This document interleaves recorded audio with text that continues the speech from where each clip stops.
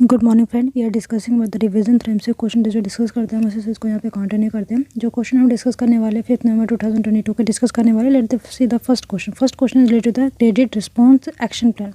मैंने शायद आपको पहले लिखे लेक्चर में बताया हुआ है कि ये जो है एयर पोल्यूशन को निपटने के लिए जो है सुप्रीम कोर्ट के द्वारा गाइडलाइंस दी गई थी। कहाँ पे? एनसीआर रीजन में, क्योंकि वहाँ पे एयर पोल्यूशन बहुत ज़्यादा है। उसके बाद जो है graded action response action plan लेकर आया गया था। Let's see about the statement regarding it. आपको करेक्ट बताना है। First statement is GRAP is a set of emergency measure to prevent further deterioration of air quality once it reaches a certain threshold. That is also correct. Second statement देखते हैं। GRAP will be activated only when the air quality index is the severe category. It is incorrect because it is a poor category. It can activate it. Number third, measure under GRP will be enforced by the Commission for Air Quality Management. क्या statement सही है? तो yes ये सही है। तो मेरे हिसाब से जो आंसर होना चाहिए 1 and 3 होना चाहिए। Let's see the correct statement. तो b option that is absolutely right. देखो जो commission of air quality management है, अक्टूबर 5 के दौरान इनको कहा गया था कि स्टेज फर्स्ट जो है ग्रेडेड एक्शन प्लान का एक्टिवेट हो चुका है। ओके और ये कब एक्टिवेट होता है? जब थ्रेशोल्ड पे पहुंच जाता है पुअर क्वालिटी के अंदर। इसमें 6 पैरामीटर होते हैं। पहला होता है गुड, फिर सेटिस्फैक्टरी, मतलब इसमें 6 बैंड होते हैं। उसके हिसाब से यहाँ पे गिना जाता है। बाकी इनके बैंड के बारे में आप अगर जानना चाहते हो तो यहाँ पे जान सकते हैं किस तरीके से सुप्रीम कोर्ट के द्वारा गाइडलाइन दी गई 2017 के अंदर इसको बनाया गया। ठीक है, और ये एनसीआर रीजन को कवर करते हुए चलता है। एनवायरमेंटल प्रोटेक्शन अथॉरिटी भी इसके अंडर बनाई गई है। ठीक है, और ये कंसिडर करता है PM 2.5 एंड PM10, क्योंकि इसका सबसे ज़्यादा हेल्थ हज़ार्ड होता है। PM 2.5 अगर आपके ब्लड में चला जाता है it affect your lungs, connective tissue, your blood, cytology, etc. So it has more negative consequences. Anyway, let's see the next question. Next question is the common but differential responsibility के बारे में you know very well. ये जो पूरा का पूरा framework है वो UNFCCC के तहत जो क्योटो प्रोटोकॉल आया था उसके तहत लेकर आया गया था। उसमें 3 प्रिंसिपल थे। एक तो polluter pay principle, lost and damage principle and common but differential जो ये क्वेश्चन पूछा जा रहा है एंड जॉइंट इम्प्लीमेंटेशन। ठीक है, let's see about this first statement. Common but differential responsibility is the foundational principle of United nation environment. नहीं, UNEP का ये नहीं है बल्कि UNFCCC का है, तो इस वजह से गलत हो जाना चाहिए। तो first is not correct, right? Yes. Second के देखते हैं। It was the first international legal instrument to address the climate change and addresses negative impact of global environment. That is absolutely right. Number third, it established that all states are responsible for addressing global environment destruction yet not equally responsible. इसका मतलब ये है कि for example developed country के द्वारा ज़्यादा pollution फैलाया गया तो उनको ज़्यादा पे करना पड़ेगा, राइट? डेवलपिंग कंट्री के द्वारा ज़्यादा पोल्यूशन नहीं फैलाया गया तो उन्हें कम पे करना पड़ेगा। लेकिन यस, दोनों की रिस्पॉन्सिबिलिटी, क्योंकि पोल्यूट तो दोनों ही करें, लेकिन ज़्यादा रिस्पॉन्सिबिलिटी जो है किसके ऊपर है? डेवलप्ड कंट्री के ऊपर। इस वजह से डिफरेंशियल रिस्पॉन्सिबिलिटी, इसी को ही डिफरेंशियल रिस्पॉन्सिबिलिटी कहा गया। इसको जो UNFCCC के 2 एग्रीमेंट अभी तक UNFCCC के ज़्यादा चर्चाओं में रहे। एक तो क्योटो प्रोटोकॉल जो 2005 से लागू हो जाता है, और उसके बाद आता है आपका पेरिस एग्रीमेंट जो 2019 से लागू हो जाता है। Let's see the next question. Next question is the silent valley movement जो है किस चीज़ से रिलेट करती है? तो याद रखिए हाइड्रो इलेक्ट्रिक पावर प्रोजेक्ट से रिलेट करती है। बेसिकली क्या है, साइलेंट वैली के आसपास का जो रीजन, केरला के आसपास का जो नेशनल पार्क है, साइलेंट वैली नेशनल पार्क, वहाँ पे बहुत बड़े बड़े हाइड्रो इलेक्ट्रिक पावर प्रोजेक्ट बनाए जा रहे थे। उसको ये ना बनाया जाए इस वजह से ये साइलेंट वैली मूवमेंट चलाई गई थी। तो फर्स्ट थिंग तो ये याद रखिएगा। पूछा जा सकता है साइलेंट वैली है कहाँ पे? तो ये एक नेशनल पार्क है। कहाँ पे है? तो केरला के अंदर में है। और याद रखिएगा 2 कमेटी की रिपोर्ट, एक तो है कस्तूरी रंजन कमेटी एंड एक थी गडगिल रिपोर्ट, और that is related to the western ghat. ठीक, कस्तूरी रंजन की रिपोर्ट जो है आपकी नेशनल एजुकेशन पॉलिसी से भी रिलेट करती है, बट एनीवे ये आपकी वेस्टर्न घाट से भी आप रिलेट करके देख सकते हैं। 124th बर्थ एनिवर्सरी मना रहे हैं हम कक्कड़ जानकी अम्माई की। डेट्स वाई जो एक इम्पोर्टेंट रोल प्ले किया था इन्होंने किससे रिलेटेड? साइलेंट वैली मूवमेंट को बचाने के लिए। कहाँ पे? पलक्कड़ डिस्ट्रिक्ट के अंदर, केरला के अंदर, राइट? इतना ज़्यादा डिटेल में नहीं जाना है। Anyway, the following statement. Fugdi क्या गोवा का? बिल्कुल है। नाटी हिमाचल प्रदेश? बिल्कुल है। डुमहल जम्मू एंड कश्मीर का? बिल्कुल है। तो तीनों के तीनों जो ये फेस्टिवल दे रखे हैं वो यहीं पे ही मनाए जाते हैं। और जैसे फर्स्ट फेस्टिवल है for example GIDA dance Madhya Pradesh है। ओ गॉड, ठीक है। डुमहल जम्मू कश्मीर है, रासलीला हरियाणा है, नाट्य हिमाचल प्रदेश है, फुगड़ी गोवा है, रोत नाच जो है छत्तीसगढ़ है, और लवानी पूछा जाए तो महाराष्ट्र हो जाएगा, तमाशा भी पूछा जाए तो भी महाराष्ट्र हो जाए, उत्तर प्रदेश पूछा जाए तो रासलीला, ठीक है, रामलीला रासलीला दोनों वहाँ पे मनाए जाते हैं। एंड बरदो छाम पूछा जाए तो अरुणाचल प्रदेश है, पोंगल पूछा जाए तमिलनाडु है, जलीकुट्टू पूछा जाए तो भी तमिलनाडु है, और ओमान पूछा जाए तो ये Kerala, Onam festival Kerala. Let's see the next question. Office of the governor के बारे में पूछा जा रहा है। पहली बात तो जो गवर्नर का से रिलेटेड आर्टिकल है वो आर्टिकल 147 से लेके, या फिर ये कह लीजिए 147 से लेके approximately if I am not wrong तो 161 तक ये चलते हैं।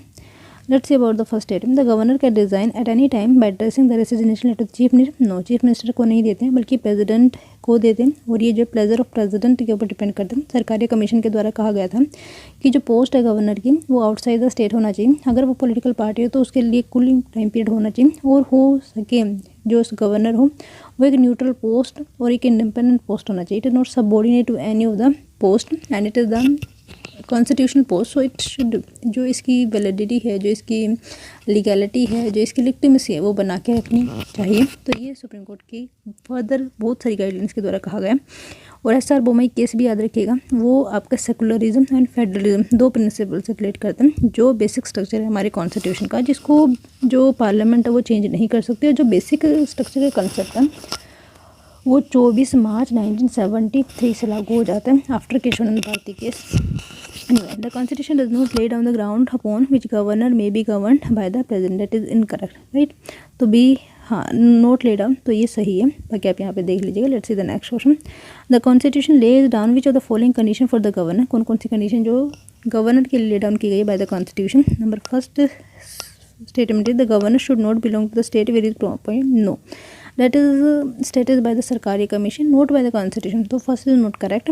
The governor is appointed and must be made after consulting the CM of the state. That is also incorrect because it not the prerogative of the CM who must be consulted before appointing the governor. It is the ideal stage in which we can do, right? But it not follow in any way. Number third statement देखते हैं। A serving governor cannot be member of either house of the parliament. That is correct. So that the independence of the governor post can be ensured. So that's why it is correct. तो third statement यहाँ पे correct है। Article 157 and article 150 और the constitution of India specify करते हैं क्या क्या requirement होनी चाहिए। गवर्नर बनने के लिए 35 साल की उम्र होनी चाहिए, सिटीजन ऑफ इंडिया होना चाहिए, बस citizen of India, 35 year, office of profit को होल्ड नहीं करता, इधर the house of the parliament को मेंबर नहीं होना चाहिए। अगर मेंबर है तो उसको उस पोस्ट को छोड़ना पड़ेगा। First he should be the outsider, it should not belong to the state where he is appointed and he should be free from the local politics. That the recommendation that given by the various commission made by the government so that the smoothly function can be maintained in the centre and the state. Seventh के question की बात करते हैं। Governor legislative और governor की जो ये post है, वैसे तो ये हमारे 1935 के एक्ट से ना लेते हुए बल्कि जो 1860 में एक्ट आया था उसके हिसाब से है, बट जिस तरीके से आज की डेट में फंक्शन करते हैं इन द स्टेट गवर्नर वो सेम है जिस तरीके से कनाडा के अंदर फंक्शन करता है। Anyway, let's see the next question. Next question था legislative power of the governor.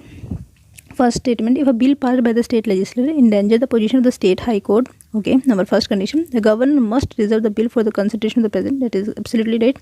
किस किस कंडीशन में, पहली बात तो जो रिजर्वेशन ऑफ बिल है वो आर्टिकल 200 के अंदर दिया गया है, और तो किस किस के लिए रिजर्व करके रखा सकते हैं। अगर कोई भी अनकॉन्स्टिट्यूशनल काम हो रहा है उसको प्रमोट करना चाहती है गवर्नमेंट, उस बिल को जो है प्रेसिडेंट के लिए रिजर्व रखा जा सकता है। सेकंड, अगर डीपीएसपी के खिलाफ जाके गवर्नमेंट काम करें तो भी उसको जो है प्रेसिडेंट के लिए रिजर्व रखा जा सकता है।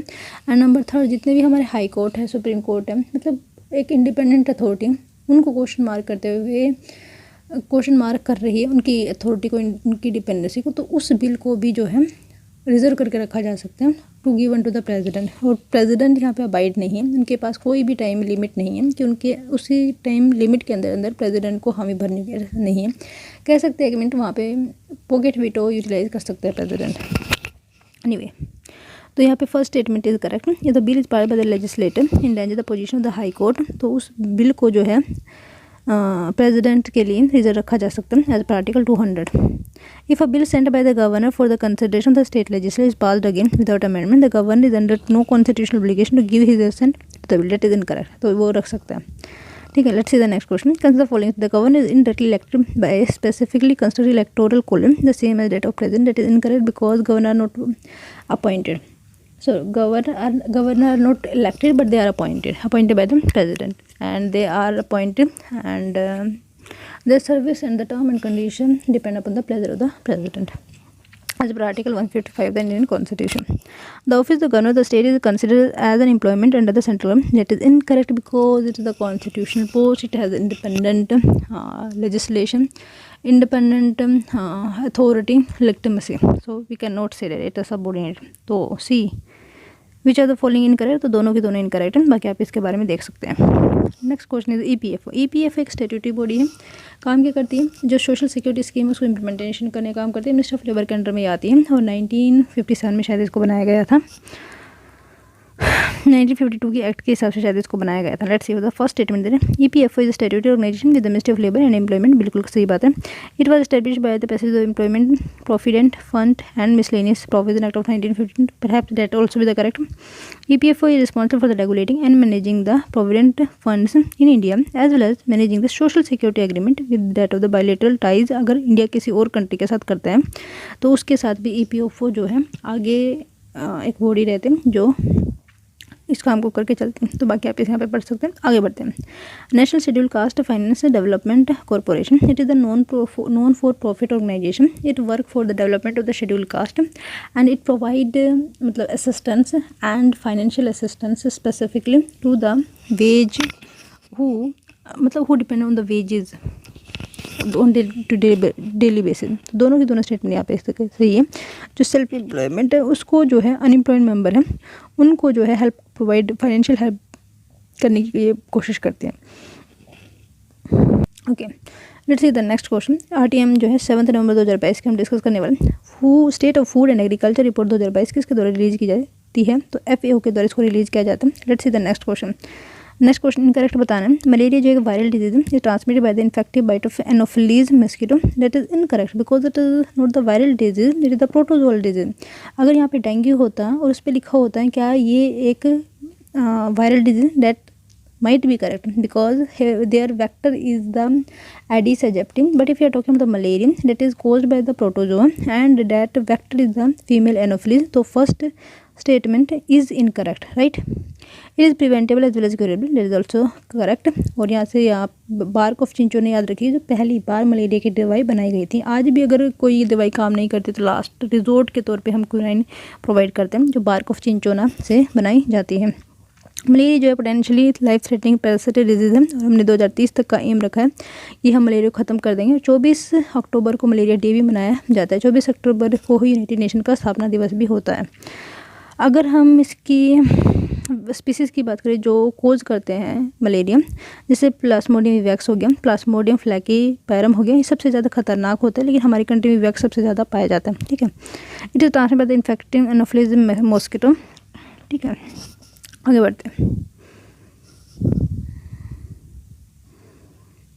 Consider the following statement regarding Raja Ram Mohan Roy. He is the first modern person.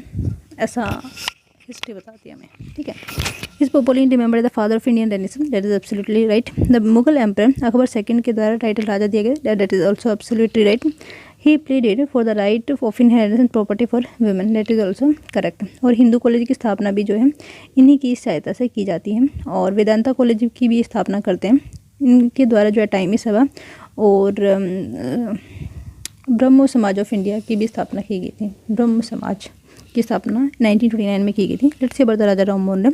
The crusade the movement right. He stood for the practice the abolition the sati 1829. Bentinck को जो है इन्हीं के एफर्ट की वजह से एक एक्ट पास करना पड़ता है कि फॉक्ट against the polygamy and the child marriage also. और चाइल्ड मैरिज से रिलेटेड 2006 में अमेंडमेंट होता है, ये भी आप याद रख सकते हैं. ऑर्गेनाइजेशन विद टाइमी सभा 1914. मेन काम ये था कि ये जो है आइडियल वर्शिप है उसको ख़त्म करना चाहते थे. बेसिकली इनका मानना था कि भगवान एक ही है तो एक ही भगवान की हमें पूजा करनी चाहिए. तो इतने सारे जो आइडियल हैं उसके शायद हमें मतलब उस रिजिडिटी के साथ फॉलो नहीं करना चाहिए. It's the faith It should be the faith. It should not be interfered by any other person of the even in the family. 1817 David हारी के साथ मिलकर हिंदू कॉलेज की स्थापना करते हैं कलकत्ता के अंदर. ओके. 1822 के अंदर एंग्लो हिंदू स्कूल की स्थापना करते हैं. 1825 के अंदर वेदांता कॉलेज की ये स्थापना करते हैं जो वेस्टर्न एजुकेशन को प्रमोट करने का काम करते हैं. 1830s में जो है ये assisted Alexander Duff to set up the general assembly institution which became the Scottish church college. Okay. और याद रखिए इनका जो मेन फोकस था वेस्टर्न एजुकेशन पे था. इनका मानना था कि जो इंडियन एजुकेशन वो नहीं प्रोवाइड करनी चाहिए. तो ये बिल्कुल सही बात है. Literary contribution brahmanical magazine. Sambad Kaumudi एक बंगाली वीकली स्टार्टेड इन 1822 बहुत इंपॉर्टेंट. वेदांता कथा 1851. Translate of the abridgement of Vedanta Sara 1816. Ishopanishad Kenopanishad and Kathopanishad. तो ये तीनों के उपनिषद को जो ट्रांसलेट करने का काम इनके द्वारा किया गया था. ठीक है. मिरातुल अखबार वेरी वेरी इंपॉर्टेंट एक पर्शियन जनरल था जिन्होंने इनके द्वारा लिखा गया था. कई सारी इनको लैंग्वेज आती थी. Anyway let's see the next question. Next question एक आयनिक फ्रीडम फाइटर थे. Social reform revered tribal country who fought bravely against the exploitative system of the British colonial government and become a legendary figure for his lifetime.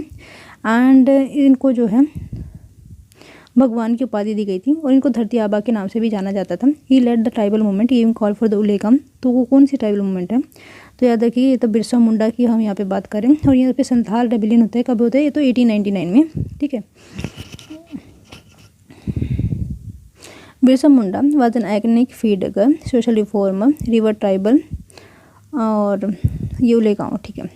जब हम अल्लूरी सीतारमन राजू की बात करते हैं तो रंपा rebellion हुआ था 1822 में. तो उनमें इंपॉर्टेंट कंट्रीब्यूशन दिया गया था इन पर्सनैलिटी के द्वारा. इंपॉर्टेंट है क्योंकि इनकी जो अभी एक मूर्ति थी आइडल हुआ करती थी उसको अनावरण किया गया है पीएम नरेंद्र मोदी के द्वारा. कहाँ पे? East Godavari district of Andhra Pradesh. Siddhu Murmu and Kanha Murmu. तो ये मैंने बताया था सिद्धू एंड कन्हू जो है आपकी कोल रेबिलियन से जो 1831 में होता है उससे जुड़े. 10% इकोनॉमिकली वीकर सेक्शन को जो है कोटा में इंट्रोड्यूस किया गया. तो कौन से मतलब ये है कि रिजर्वेशन प्रोवाइड किया गया. तो कौन से कॉन्स्टिट्यूशनल अमेंडमेंट के साथ? 103 कॉन्स्टिट्यूशनल अमेंडमेंट के साथ इनको ये कोटा प्रोवाइड किया. कितना परसेंट? 10%. ठीक है. और इकोनॉमिकल वीकर सेक्शन अगर आप ओबीसी से हो SC/ST तो ये EWS का क्राइटेरिया आपके ऊपर लागू नहीं होगा.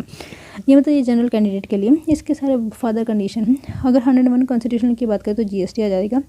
102 कॉन्स्टिट्यूशन की बात करें तो बैकवर्ड कमीशन फॉर OBC हो जाएगा. 104 कॉन्स्टिट्यूशनल अमेंडमेंट की बात करोगे तो ये आपका होमवर्क है. ये किससे रिलेट करते हैं ये आपको मुझे बताना है. जब हमने 103 कॉन्स्टिट्यूशनल अमेंडमेंट को इंट्रोड्यूस किया था तो आर्टिकल 15 एंड 16 जो है उसमें चेंजेस लेकर आए गए थे. 15 क्लॉज 6 एंड 16 क्लॉज 6 को ऐड किया गया था. ये भी याद रख सकते हैं. MG नरेगा जो है उससे पूछा जा रहा है. देखो MG नरेगा अभी हमने थोड़े दिन पहले पढ़ा था. उन्नति एक प्लेटफॉर्म लॉन्च किया गया ताकि हम अपग्रेड कर सकें स्किल्स को. जो भी पर्सन MK गांधी मतलब MG नरेगा के अंडर काम करते हैं इसमें 1/3 जो है वीमेन होनी चाहिए. लेकिन इन रियल जो है 53% जो है वीमेन है. That is a good percentage actually. Okay. तो यहाँ पे भी ऑप्शन ये सही. सोशल ऑडिट ऑफ अच्छा क्वेश्चन पूछा जा रहा है विच of the following made mandatory in MG NREGA scheme. तो जो आपका सोशल ऑडिट है वो मैंडेटरी कर दिया गया है. इसमें 100 डेज ऑफ वेज एम्प्लॉयमेंट दिया जाता है. मिनिस्ट्री ऑफ रूरल डेवलपमेंट के अंडर में ये आती है. और जो भी ग्राम सभा के अंदर लोग होते हैं जो लिस्टेड होते हैं वहीं पे इनको काम दिया जाता है. 15 डेज़ के अंदर अगर आपको काम नहीं मिलते तो अलाउंसेस मिलते हैं. तो ये सारे के सारे इसके कुछ प्रोविजंस हैं. इट गारंट राइट टू वर्क जो article 42 of the Indian constitution में मेंशन किया गया. At least 100 days of the work. Government 15 days अगर नहीं तो वो आपको पता देती है. सोशल ऑडिट को मैंडेटरी कर दिया गया है. Gram Sabha and the Gram Panchayat approve the shelf of the work under the MG NREGA and fix their priority. Okay. Let's see the next question. National small industrial corporation है. तो first it is a mini Ratna government agency and ये minister of commerce and industry के अंदर आता है. It is incorrect. अगर पूछा जाए कंपटीशन कमीशन ऑफ इंडिया जो अपनी पार कंपटीशन कमीशन एक्ट ऑफ 2002 से लेते हैं वो किसके अंडर में? तो ministry of commerce and industry के अंडर में आते हैं. नेशनल स्मॉल इंडस्ट्रियल कॉर्पोरेशन के बारे में क्या है? Mini Ratna agency. That is incorrect. Sorry that is correct. National small industries corporation limited is a mini Ratna government agency establish by Ministry of MSME, Government of India 1955. The recently context is in news because a review of meeting of the scheme was conducted by the Union Minister of the MSME. So that's why it is in news. Let's see the next question. United nation resident coordinator के बारे में पूछा जा रहा है. कौन सा statement सही है? The resident coordinator is the highest ranking representative of the United nation development system. That is correct. जो RC रेसिडेंट कोऑर्डिनेटर जो है United nation country teams and condition United Nations support countries to implement the 2030 SDG goal. It is also correct. Let's see about the United Nations Resident Coordinator. He is the highest ranking representative of the United Nations Development System at the country level. जो resident coordinator led United Nations country teams and coordinate United Nations support to continue implementing the 2030 target, जो भी हमारे sustainable target है, जो Johannesburg जो meeting हुई थी 2012 में, उसके बाद लेकर आए गए थे. Anyway, let's see the next question. Recently which of the following was conducted the first India's first floating financial literary camp with an initiative called the Niveshak Didi to promote the financial literacy in India. तो आपको बताना है इनमें से कौन सी ऐसी body है जिसके द्वारा first floating financial literacy camp को ऑर्गेनाइज किया गया है. उसका नाम है निवेशक दीदी. तो ये जो IPPB के द्वारा कंडक्ट किया गया, कहाँ पे किया गया, तो जम्मू कश्मीर में किया गया है. ठीक है, तो यहाँ पे डी ऑप्शन सही हो जाएगा. पोस्ट पेमेंट बैंक IPB मतलब Indian post payment bank inducted first floating financial literacy camp with initiative Niveshak Didi to promote the financial literacy. Niveshak Didi initiative based on the ideology of the women so that the women as rural area women feel more comfortable sharing their queries and the female itself. So that's why. और ये कहाँ पे हुआ है, तो डल lake के अंदर हुआ है, श्रीनगर के अंदर. Anyway, let's see the next question. Snow leopard के बारे में पूछा जा रहा है. देखो, स्नो लेपर्ड से जाने से पहले चीता के बारे में आपको पता होना चाहिए. चीता जो है 8 हमने मंगाए कहाँ से, नामीबिया से. कहाँ पे हम आए, कुनो नेशनल पार्क में. 1952 में हमें चीता मुक्त कर दिया गया था, मतलब वहाँ पे एक्सटेंड कर बता दिया गया था. लास्ट चीता कहाँ पे था, तो छत्तीसगढ़ में हुआ करता था. और अब हमने 100 चीते और मंगवाए. कहाँ से, साउथ अफ्रीका से. जब हम चीता की बात करते हैं, इंडियन चीता या फिर ये कहिए एशियाटिक चीता जो है छोटा होता है, उसकी आंखें लाल होती हैं. और जो चीता होता है उसकी जो स्किन होती है, जैसे ये स्किन है, तो वहाँ पे ब्लैक ब्लैक स्पॉट होते हैं इस तरीके से. लेकिन जो अफ्रीकन चीता होता है वो वल्नरेबल की कैटेगरी में आता है और उसकी आंखें काली होती हैं. ठीक है. The snow leopard is the felid in the genus panther. It is correct. Second, it is the mountain range of the central and south Asia में पाए जाते हैं. अगर ये मैप ऑफ इंडिया, तो यहाँ पे ये जो है घूमता रहता है. Number 3, it is listed vulnerable on the IUCN red list. तो याद रखिएगा, डेट इज़ करेक्ट. तो ये आप इसके बारे में पढ़ सकते हैं. Let's see the next and the last RTM of the November month. First question related to the United Nations Convention on the Child, protect child from the sexual assault, sexual harassment and pornography. That is correct. Second जो है हमारे 15 article जो है हमारे constitution का, वो enact करवाता है पोस्ट वगैरह. That is correct. 15 क्लोज 3 में वुमेन एंड चाइल्ड के बारे में दिया गया. एंड वुमेन एंड चाइल्ड जो डेवलपमेंट से रिलेटेड जो मिनिस्ट्री है वो इसके ओवरसी करती है. अकॉर्डिंग टू पोस्ट का 2012, the legal duty upon a parent who has knowledge that the children है जो है सेक्सुअल अब्यूज़ किया जा रहा है, तो उसको जो भी इसके रिपोर्ट है, ये उसको ऑफेंस है, उसको रिपोर्ट करना ज़रूरी हो जाता है. ये जो है पेरेंट्स के ऊपर भी रिस्पॉन्सिबिलिटी डाली गई. बाकी आप यहाँ पे पढ़ सकते हैं. Let's see about the Guru Nanak. He the founder of Sikhism. That is the right. ये फर्स्ट ग्रुप माने जाते हैं सिखिज्म के. He the first of the 10 Sikh Gurus. Yes, बिल्कुल सही बात है. हर बर्थ एनिवर्सरी जो है गुरु पूर्व के नाम से मनाई जाती है अक्रॉस द वर्ल्ड. यस, और ये न्यूज़ में था क्योंकि अभी कहा जा रहा है कि जो गुरु पर्व है उसको वर्ल्ड पेडेस्टेरियन डे के रूप में भी हम मनाएंगे. सिखिज्म की बात करें तो जो 5th गुरु हुआ करते थे, उनका जो ग्रंथ था, जो कबीर दास था, जो उनका बीज या फिर जो उनकी विचारधारा थी, तो उनको ऐड किया गया कहाँ पे, गुरु ग्रंथ साहिब में, जो 5वें गुरु थे अर्जुन देव के द्वारा, है ना. और 9th जो गुरु हुआ करते थे, औरंगजेब ने उनको फांसी दे दिया था. Number 30, he was the lady with the lamp. तो ये फ्लोरेंस नाइटिंगेल है. इन्होंने क्रीमियन वॉर के अंदर बहुत अच्छा काम किया था. जो मतलब वहाँ पे लोग मरे थे, सिविल मरे थे, उनकी हेल्प की थी. तो that why it is the मतलब नर्सिंग के लिए जाने जाने वाली एक इम्पोर्टेंट फिगर है. Let's see the next question. Pulitzer prize की बात करें तो ये 1929 में स्टार्ट होता है. ये जो है जर्नलिज्म के क्षेत्र में, आर्टिटेक्ट के क्षेत्र में दिया जाता है स्पेसिफिकली. और 22 कैटेगरी जर्नलिज्म में दिया जाता है. It was established 1970 by the Josh Pulitzer. It is administered by the reporter with arbitrary. It is incorrect. First and second is correct, but the third is incorrect because it is the California University who administered it, and Columbia University of US who administered it. Let's see the next question. FCRA foreign contribution regulation act. पहली बात है Indian company Indian citizen पे लागू होते हैं, Indian institutions पे लागू होते हैं. इंडिया के अंदर कोई भी कंपनी उसकी जो एडमिनिस्टर इंडिया के अंदर हो रही है उसके ऊपर लागू होते हैं. ये पिक्चर में तब आता है जब फ़ॉरेन से आप कोई फ़ंड वगैरह ले रहे हो. फ़ॉरेन से अगर आपको फ़ंड लेना है तो सिर्फ आपकी जो ब्रांच है SBI में होनी चाहिए, और आपको जो है MH ministry of home affair के साथ रजिस्टर कराते हुए होना चाहिए. 5 साल के बाद इसको रिन्यू भी कराना पड़ता है. और हर साल जो आपका एनुअल रिटर्न है वो मिनिस्ट्री ऑफ होम अफेयर के साथ जो है शेयर करना होता है। FCRA is applicable to all association group and NGO which involve receive foreign donation, that is correct. In case of India it is implement the MHA which can prohibit the use of the foreign fund for the activity detriment to the national, that is also correct। दोनों की दोनों statement बिल्कुल सही। बाकी आप यहाँ पे देख सकते हैं एनजीओ को रेगुलेट करने की बेसिकली ये बॉडी है। लॉ कमीशन ऑफ इंडिया नए सबसे पहले 1955 में बनते हैं और पहले जो लॉ कमीशन थे जॉन मिथाई थे।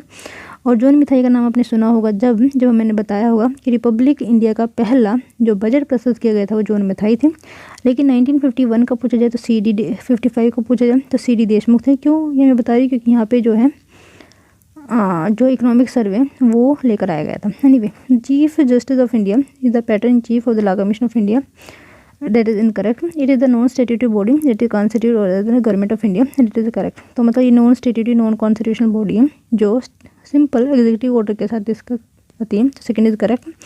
The commission makes recommendation to governor in the form of the report as per its term of reference, it is also correct. Law commission in India is non statutory body considered by the notification the government of India and the commission make recommendation to the government in the form of the reports. Law commission was first considered in 1955 and उसके बाद जो है 277 report ये publish कर चुके हैं। और let's see the first अगर next question, world gold council is the market development organisation for the gold industry, that is correct. इसका जो हेडक्वार्टर लंदन यूके के अंदर लाई करता है, that is also correct, right. आगे बढ़ते हैं। और लंदन किस नदी के किनारे, तो थेम्स नदी के किनारे है। आगे बढ़ते हैं। अफ्रीका की टॉलेस्ट माउंटेन है माउंट किलिमंजारो, किस कंट्री के अंदर लोकेटेड, तो याद रखिएगा तंजानिया। और यहाँ पे तंजानिया, कीनिया, युगांडा, इन तीनों के बॉर्डर पे लेक विक्टोरिया लाई करती है जो लार्जेस्ट फ्रेश वाटर लेक है, second largest fresh water lake after the Caspian lake Baikal. World heritage glacier of the 10% of eastern glacier, Tanzania mount Kilimanjaro वहाँ पे located है। Let's see the next question, Digi Yatra के बारे में। ये जो है biometric enabled seamless travel experience provide करता है, that is correct. It aim to paperless and seamless travel experience to the passenger, that is also correct. The volunteer scheme, it is the volunteer scheme. It is aim to led initiative minister of civil aviation, it is also correct. मतलब चारों की चारों statement यहाँ पे सही है। डिजी यात्रा के बारे में यहाँ पे बोला जा रहा है। डिजी लॉकर के बारे में कल परसों मैंने बताया था। एनीवे अभी हम आगे बढ़ते हैं, कभी फिर हम डिस्कस करेंगे। Any let's see the next question, lunar eclipse के बारे में पूछा जा रहा है। Moon and the sun are on exact opposite side of the earth, that is correct.